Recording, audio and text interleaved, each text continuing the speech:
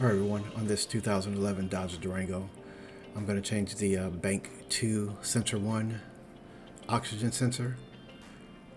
Now there's the drive shaft, and there's on the left is the catalytic converter. Now the problem I had code P0420 and P0430. So I looked at the condition of the catalytic converters. I used this AWD Whiz software that I had from years ago. So I looked at the condition of the cats, and it looked like they were functioning properly. So I just decided to just get 4 oxygen sensors and change all 4.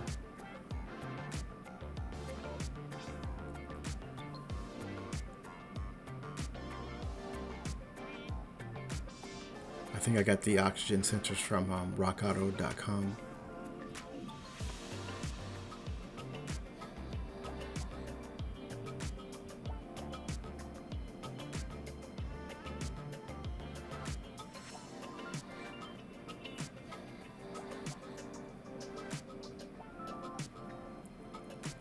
Okay, now here's the driver's side. First you have to remove the downstream oxygen sensor first to have access to the upstream sensor 1. And that's the only way you can do it without having to remove the drive shaft. I saw some forums that they said it wasn't possible to remove the sensor 1 because the drive shaft was in the way. But with my method, you're able to change the upstream sensor without having to remove the drive shaft. Alright, first make sure you put it on ramps. The tools that I used are an 18-inch ratcheting breaker bar and an 18-inch extension and a 6-inch extension and 2 universal joints. As you can see, the last universal joint is on the oxygen sensor socket. There's the 18-inch ratcheting breaker bar that I got from Harbor Freight, the 18-inch extension, the 2 universal joints, and the oxygen sensor socket. Now that particular setup is how I was able to remove that Bank 2 sensor 1 from the catalytic converter. And don't forget, you have to remove the downstream sensor first to be able to have access to that Bank 2 sensor 1 right behind it. Now we're looking at the driver's side catalytic converter.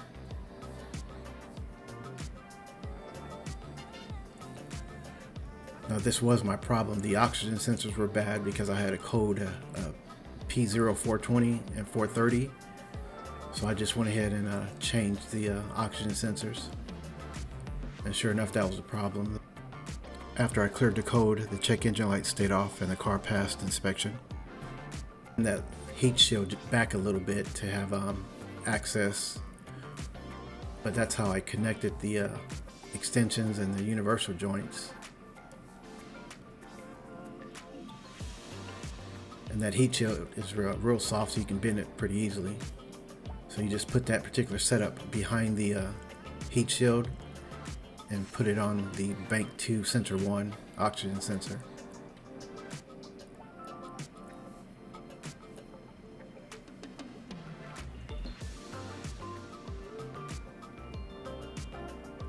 It's kind of hard to film with one hand and hold the sockets and universal joints. But when you're using both hands, it's real easy to get that on the oxygen sensor.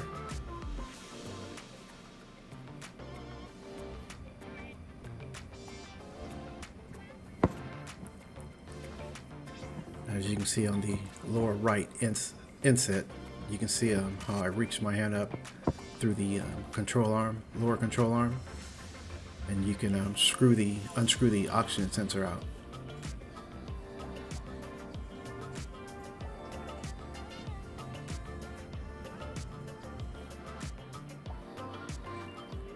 Close-up view of the Bank 2 sensor 1, the upstream oxygen sensor. Now once I unscrewed that oxygen sensor, sensor 1, bank 2, I used a screwdriver to unplug it from the wire harness.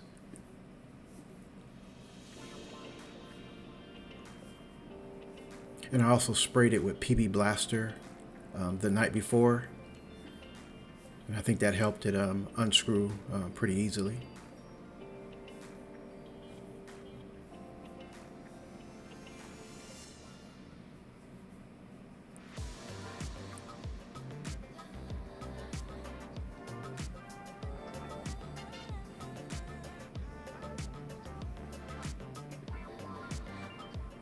Now, that's how I was able to access that particular sensor. I just put my hand up under the lower control arm, and you're able to touch the sensor from that side. Of course, it looks tight, but there's just enough room to touch that sensor and unscrew it and unplug it.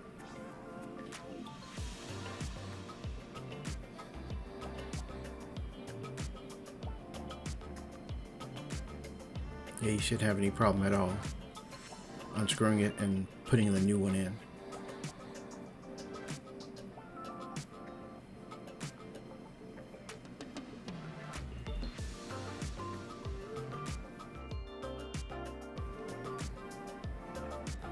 Thanks for watching. Don't forget to like and subscribe. Leave your comments. I really appreciate it. See ya.